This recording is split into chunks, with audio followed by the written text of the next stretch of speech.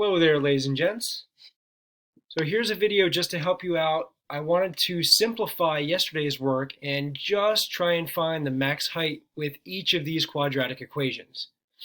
All right, so John's bought a bunch of new model rockets. The equations of the flight path are modeled by each of the equations below. Find the maximum height. So really all you're doing is finding the vertex. And we did this a while ago back in class.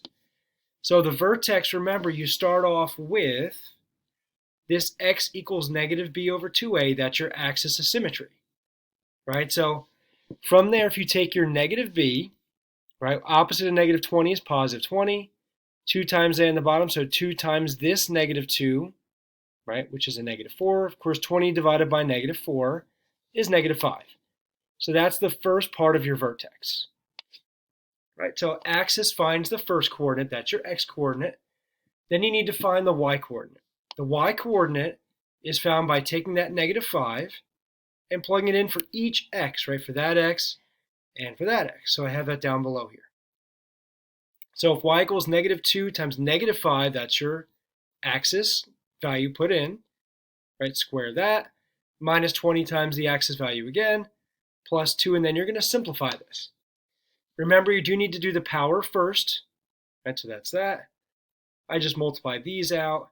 And then simplifying it, negative 50 plus 100 plus 2 is 52. Right, so that 52 is your y-coordinate, and that completes your vertex. So you've got your axis of symmetry value, and then when you plug it in, you get the other value to complete your vertex. Right, so there's your vertex. And the second number, this 52, is the max height. From the other worksheet we did, this negative 5 would tell you the time. So if this doesn't make sense, it could be 5 seconds in the past. It would be negative 5 seconds. But the first number is the time, and the second number would be the height. All right, so that's how these work. And really all the answer that I want is this 52 number. So 52 is the max height, and you're going to do this with all the remaining problems. So find out just what the max height is by finding the vertex. Remember, you start with axis of symmetry, finds the first number, plug that in, then you'll find the second number. That's the answer that I want. Right, thanks. Plugged it in the Google form, and hopefully this is a little simpler for you guys today. Thanks, bye.